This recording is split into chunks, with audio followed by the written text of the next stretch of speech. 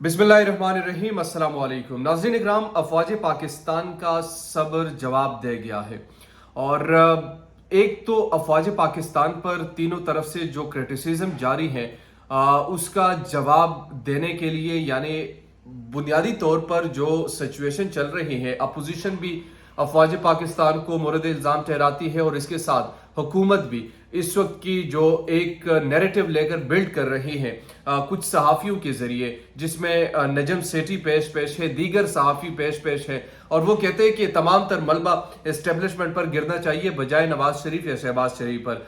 तो अफवाज पाकिस्तान का भी जो इस वक्त मोरल है वो एक डाउन की तरफ जा रहा था, मगर उन्होंने अपनी जो तरजीहात है वो दूसरी तरफ कर ली है और मैं आपको आज बताने वाला हूं कि एक बड़ी कार्रवाई उन्होंने की है और इसके बाद ये भी कहा जा सकता है कि सियासतदानों के लिए एक पैगाम भी इसमें मौजूद है। दूसरी तरफ इमरान खान की जान को खतरा है और हिफाजत के लिए एक जो फौजी है उन्हें तैनात कर दिया गया है। उस फौजी की स्पेशलिटी क्या है, क्यों तैनात किया गया है, सरकारी सतह पर है या फिर अपने प्राइवेट सतह पर उन्हें तैनात किया है, इस पर हम बात करेंगे। तीसरी चीज, शहबाज शरीफ के हाथ पांव फूल गए और करीबी साथियों की बेवफाई खुलकर सामने आई है। यानी जो इस वक्त हुकूमत के खुद अपने लोग हैं वो शहबाज शरीफ को इन्फोर्स कर रहे हैं कि आपने डटे रहना है, जबकि नवाज शरीफ के नजरिए के साथ कुछ लोग जो जाने वाले हैं वो बुनियादी तौर पर यह फरमा रहे हैं कि नहीं, हमें इक्तदार में जितने देर तक हम रहेंगे हम उससे ज्यादा जलील होंगे, मजीद जलील से जलील तर होंगे।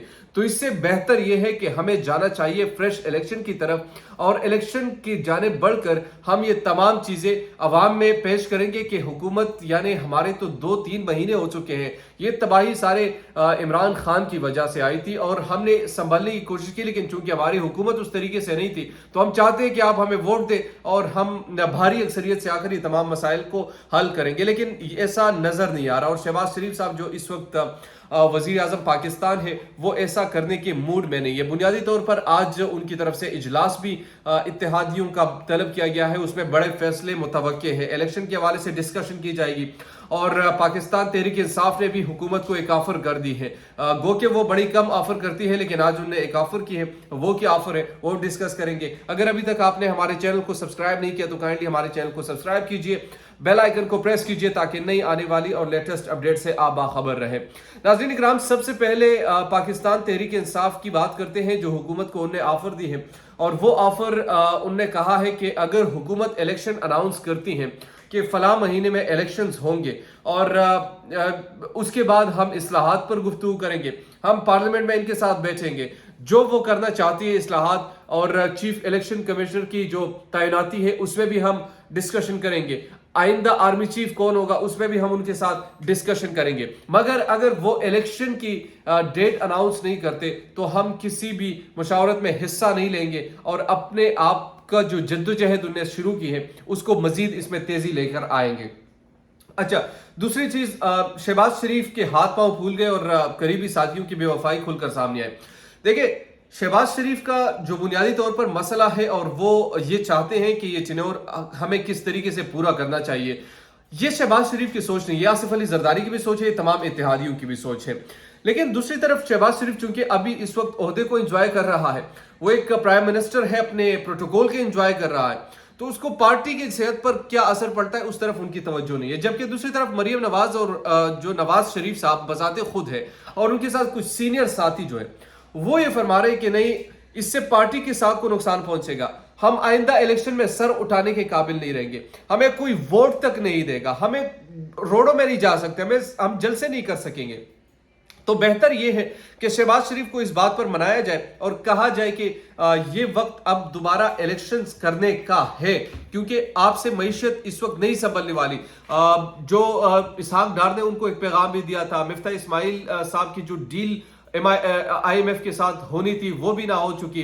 तो ये तमाम चीजें जब नवाज शरीफ के सामने रखी गई तो एक फैसला जो जेर गौर आया और उसे आगाह भी कर दिया शहबाज शरीफ को कि इलेक्शन की तरफ बढ़ना चाहिए। इवन के इत्तेहादी अगर हम कोई बड़ा फैसला भी लेते इस वक्त, यानी पेट्रोल महंगा कर देते हैं या फिर जो मार्केट की जो प्राइस है उस पर लेके आते हैं, تو یقیناً اس پہ ایک بڑا نیگیٹو امپیکٹ پڑے گا. لوگ ہمیں کوسیں گے. لوگ یہ نہیں کہے گا کہ آصف علی زرداری یہ کر رہے ہیں, لوگ یہ نہیں کہیں گے کہ مولانا فضل الرحمان یہ کر رہے ہیں, لوگ یہ کہیں گے کہ شہباز شریف یہ سب تمام چیزیں کر رہے ہیں. شہباز شریف پرائم منسٹر ہے, اور شہباز شریف چونکہ پرائم منسٹر ہے تو ظاہر سی بات ہے تمام پورٹ فولیو کے جو اہم پورٹ فولیوز ہیں, عہدے ہیں, منسٹرز ہیں, وہ ان کے پاس ہے.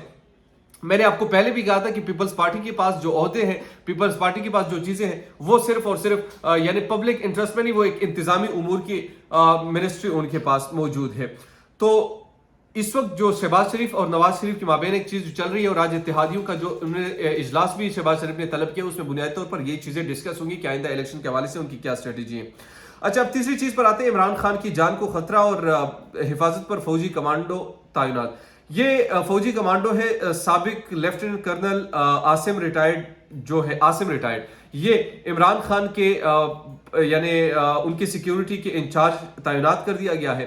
وہ ایس ایس جی کمانڈوز رہ چکے ہیں. پاکستان تحریک انصاف نے سابق S S G commando lieutenant colonel Asim retired کو چیئرمین عمران خان کی سیکیورٹی کا انچارج تعینات کر دینے کی تصدیق کی ہے, اور اپنے آفیشیل ٹویٹر ہینڈل کے ذریعے شہباز گل نے آگاہ کیا کہ انشاءاللہ کرنل عاصم ریٹائرڈ آج سے میری ٹیم کا باقاعدہ حصہ بن کر اپنی ذمہ داریاں نبھائیں گے. امید کرتا ہوں کہ توقعات پر پورا اترنے کے لیے کرنل سخت محنت سے کام کریں گے. گزشتہ روز حکومت نے سابق وزیر اعظم عمران خان کی سیکیورٹی فورسز کی تعیناتی کے واضح احکامات دیے تھے. عمران خان کی سیکیورٹی کے لیے مختلف تھریٹس کی روشنی میں تھریٹ اسسمنٹ نے 2 اجلاس کیے تھے, جس پر ان کی سیکیورٹی بڑھانے کے حوالے سے بات کی گئی. گزشتہ دنوں سابق وزیر اعظم عمران خان اور پاکستان تحریک انصاف کے چیئرمین عمران خان نے ایئرپورٹ پر وی آئی پی پروٹوکول مانگا گیا تھا. عمران خان کو ایئرپورٹ پر وی آئی پی لاؤنج استعمال کرنے کی اجازت کے لیے پی ٹی آئی چیئرمین کے سیکریٹریٹ نے سول ایویشن اتھارٹی اور اے ایس ایف کو خط لکھا تھا. خط کے متن کے مطابق سیکیورٹی خطرات کے پیش نظر اے ایس ایف خصوصی انتظامات کرے.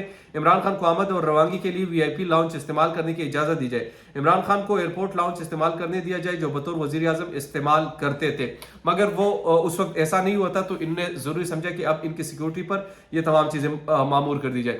اب آخری چیز جو میں آپ سے ڈسکس کرنے والا تھا وہ افواج پاکستان کے حوالے سے تھا. اور افواج پاکستان, جیسے میں نے پہلے کہا کہ ایک تو کرٹیسزم چل رہی تھی, دوسرا ان کا مورائل ڈاؤن تھا. تو اس میں جو ٹاپ لیڈرشپ کی اگر کوئی مسٹیک ہے یا کوئی چیزیں ہیں تو اس پر جو نیچے لیول یعنی سپاہی لیول تک پر اس کا کوئی اثر نہیں ہونا چاہیے, کیونکہ ہم آئے دن دیکھتے ہیں پاکستان میں ایک تو بدامنی بڑھ رہی ہے. کراچی میں کل دھماکہ ہوا, پھر جس طریقے سے یہ چند دنوں میں واقعات سامنے آ رہے ہیں, تو یقیناً پاکستان دوبارہ اس فیز کی طرف نہ جائے. اللہ نہ کرے کہ ہم دوبارہ وہ ماضی میں چلے جائیں. آج شمالی وزیرستان میں سیکیورٹی فورسز کی کارروائی ہوئی. 2 اہم مطلوب دہشت گرد ہلاک. دہشت گردوں میں کالعدم تنظیم T T P commando Rashid اور عبدالسلام شامل ہیں, جو علاقے میں دہشت گردی کے متعدد سرگرمیوں میں ملوث تھے. ہلاک دہشت گردوں سے اسلحہ اور گولہ بارود بھی برآمد ہوا. یہ آئی ایس پی آر نے اسٹیٹمنٹ جاری کی.